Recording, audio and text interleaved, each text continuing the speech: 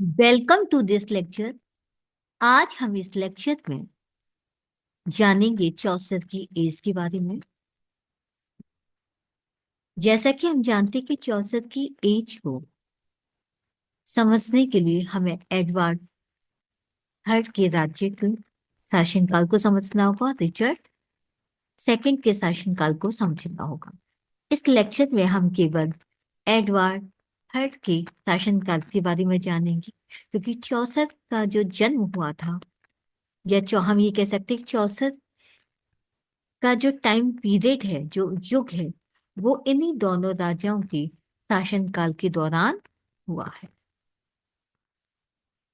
तो इस पार्ट में हम केवल चौसर के युग में जो एडवर्ड थर्ड का जो शासनकाल या उसकी जो विशेषता है उनको समझेंगे। Geoffrey Geoffrey Chaucer was born in the reign of Edward III। Geoffrey Chaucer का जन्म एडवर्ड थर्ड के शासन में हुआ था। Lived through the reign of Richard second. Edward third और रिचर्ड सेकंड के शासन में ये रहे थे। And died the year after reign of two king. दोनों ही राजाओं के शासनकाल के साल बाद एडवर्ड थर्ड और रिचर्ड सेकंड के बाद इनकी मृत्यु हो गई थी। And saw the beginning of A third death of Henry fourth. और इन्होंने तीसरा जो शासन था, तीसरा जो शासनकाल था हेनरी फोर्थ के, उसकी शुरुआत को भी, उसके आरंभ को भी इन्होंने देखा है।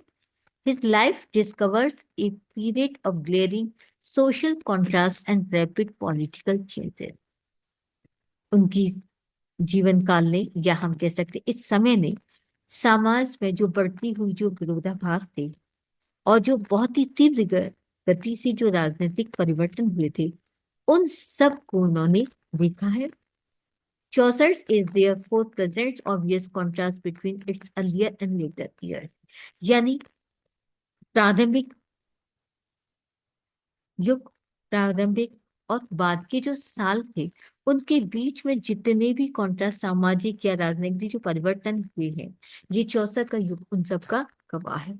और चौसर के एज में इन सभी चीजों को प्रस्तुत किया गया है, या हम ये कह सकते हैं कि वो चौसर उन सब के गवाह रहे हैं, उन सभी परिवर्तनों के।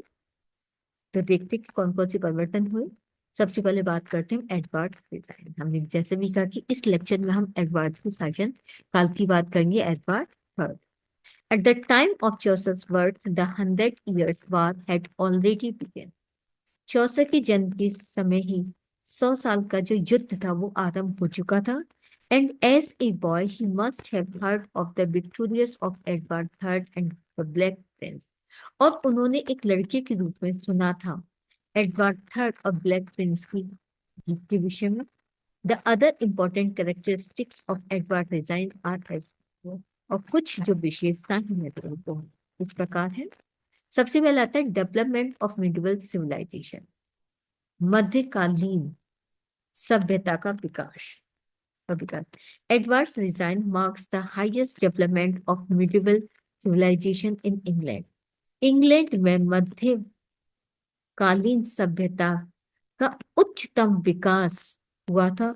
और एडवर्ड का जो शासन काल है वो इस चीज का एक प्रतीक है। यानी हम कह सकते हैं कि एडवर्ड्स के शासन काल में मध्यकालीन जो सभ्यता थी इंग्लैंड पर, उसका उच्चतम तरीके से विकास हुआ था, या उच्च कोटि के रूप में उसका विकास हुआ है। या एडवर्ड किंग का जो शासन काल है वो इसका प्रतीक है।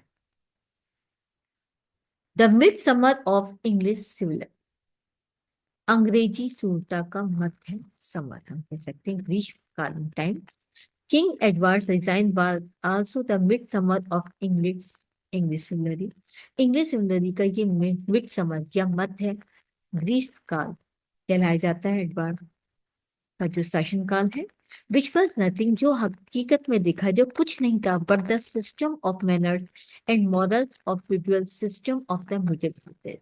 क्योंकि मध्य युग का जो एक जो सामंती जो प्रणाली थी, उसके तरीकों का और उसके नियमों की एक प्रणाली था, इसके अलावा कुछ भी नहीं था। यानी किंग एडवर्ड का जो शासन काल था वो मध्य युग के जितने भी सामंत थे उनकी प्रणाली के तरीकों की और नैतिकता की प्रणाली था, उसके अलावा वो कुछ भी नहीं था। Because it had been presented in medieval romance, क्योंकि इसको मिडिवल रोमांस में प्रस्तुत किया गया है उच्च आदर्शवादी तरीके में, उच्च आदर्शवादी रूप में, जो कि अपने आप में एक धार्मिक प्रणाली रही है। The zenith of romantic idealism. अब जेनिथ मीन्स होता है चरम, यानी रोमांटिक जो आदर्श है उसका एक जेनिथ, यहाँ पे चरम सीमा भी यहाँ पे देखने को मिलती है। Edward design witness the zenith of romantic idealism, और एडवर्ड थर्ड का जो राज्य है, जो शासन है, वो रोमांटिक आइडियलिज्म की चरम सीमा का गवाह रहा है। The spirit of his court was the spirit of romantic idealism. हम कह सकते हैं कि उसका जो दरबार था, जो अदालत होती थी, वो हम उसकी जो भावना थी वो पूरी तरीके से रोमांटिक आइडियलिज्म की भावना से भरी हुई थी।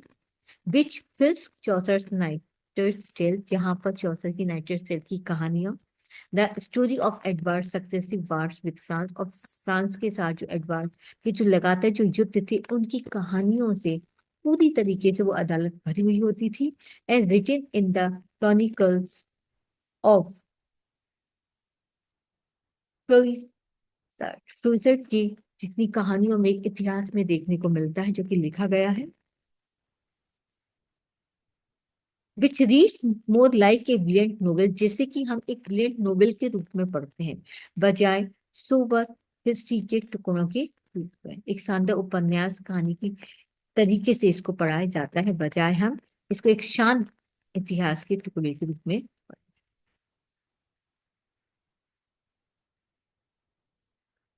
नेशनल एम्बिशन एंड प्राइड, राष्ट्रीय महत्वाकांक्षा और गौरव।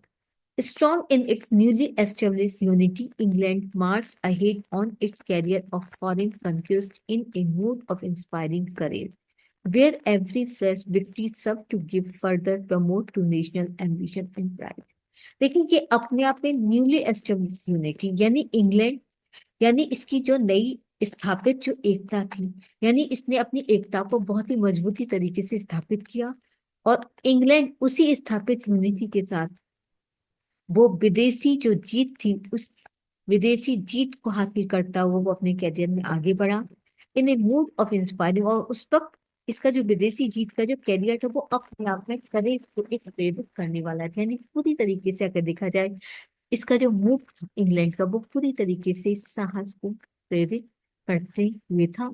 वेयर एवरी फ्रेश विक्ट्री, जहां पर प्रत्येक नई विजय सब टू गिव फर्दर, वो हमेशा प्रमोट करती थी टू नेशनल एम्बिशन प्राइड, यानी राष्ट्रीय महत्वाकांक्षा और गौरव को आगे बढ़ाने का प्रोत्साहन करने का प्रयास किया करती थी, क्योंकि वो फॉरन में हमेशा कंट्रीज वो विजय को हासिल करते चले जाते, तो उनकी जो करीब की जो हिम्मत थी वो हमेशा उनको प्रेरित, फिर वो आगे जीत को हासिल, और उसी जीत ने उनको राष्ट्रीय महत्वाकांक्षा और गौरव को प्रमोट करने का मौका Transit.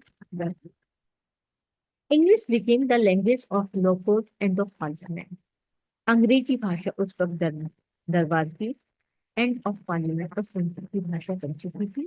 During the reign of Edward, एक still greater victory was won at least form a little later when English became the authorized language of the locals in the parliament. यानी एडवर्ड के शासन के दौरान वहां पर एक महान दूसरा एक विजय हासिल हुई थी, घरेलू, हम ये कह सकते हैं कि घरेलू पेपर, यानी केवल उसी जगह इंग्लैंड में ही, और कुछ समय बाद ही वहां पर इंग्लिश भाषा को ऑथराइज लैंग्वेज माना गया, अधिकृत लैंग्वेज माना गया, जिसकी कोर्ट की अदालत को और पार्लियामेंट। यानी जिस तरीके से एडवर्ड के शासन के दौरान इंग्लैंड जीत को हासिल करता चला जाता है, और वहीं पर इंग्लिश भाषा को भी ऑथराइज लैंग्वेज मान लिया गया था अदालत की और सांसद की। लिटिल लिटरेरी आउटपुट, और थोड़ा बहुत वहां पर साहित्यिक आउटपुट यानी उत्पादन भी किया गया था, थोड़ा बहुत साहित्य भी लिखा गया था। The victories of Crecy and Poitiers, Poitiers और क्रे की जितनी भी जीत थी, inspired a new spirit of nation unity and pride, उसने राष्ट्रीय एकता और गौरव की भावना को प्रेरित किया था। But produce little literary output, लेकिन थोड़ा बहुत ही वहां पे साहित्यिक आउटपुट यानी उत्पादन हुआ था, थोड़ा बहुत ही लिटरेचर लिखा गया था। Except a few patriotic song, हालांकि बहुत सारी कुछ पेट्रियोटिक देशभक्ति गीत गाए गए थे, लेकिन थोड़ा बहुत ही वहां पर लिटरेरी प्रोटेक्शन था। All the great works of this period, अगर देखा जाए इस पीरियड के जितना भी महान कार्य है, बस प्रोड्यूस वो उत्पन्न किया गया था, वो लिखा गया था ड्यूरिंग द लेटर, काफी टाइम बाद, एंड 1000 ईयर से आप ये कह सकते हैं हजारों साल बाद। That followed soon after the death of Edward second की मृत्यु के 100 या हजारों साल बाद एक अच्छे लिटरेरी वर्क को लिखा गया, तो उस पर केवल कुछ ही देशभक्ति गीत देखने को मिलते हैं, ज्यादा लिटरेचर वहां पर नहीं लिखा गया है। इस तरीके से हमने देखा कि चौसर के युग को, चौसर का जो जन्म हुआ था वो एडवर्ड थर्ड के दौरान हुआ था, रिचर्ड सेकंड। तो चौसर के पूरे युग में हमें इन्हीं दोनों राजाओं के शासन काल का जिक्र मिलता है, और इन दोनों ही शासन के काल में जो विशेषताएं हैं वो चौसर के युग की विशेषता ही कहलाई जाती है। और इस लेक्चर में हमने केवल एडवर्ड थर्ड के शासन में जो विशेषताएं थी उनको हमने डिस्कस किया है, और वही चौथे की युग की विशेषता भी कहलाती है। अगले लेक्चर पे हम एडवर्ड किंग, तो हम की जो विशेषता थी वो हमने इस लेक्चर में जाना है, लेकिन अगले लेक्चर में हम रिचर्ड सेकंड के युग की विशेषताओं को समझे कि उसके शासन काल में कौन कौन सी विशेषता थी, क्योंकि ये सभी विशेषता चौथे के युग को बनाती है। तो उम्मीद करती हूँ आपको इस लेक्चर में समझ में आ गया होगा कि चौसर के जन्म के दौरान या चौसर के युग के दौरान कौन कौन सी वहां पर राजा थे और कौन कौन सी विशेषता वहां पर पाई गई, जिनका जिक्र हमें चौसर की लेखन में भी मिलता है। Thank you very much, please like और सब्सक्राइब करना ना भूलें।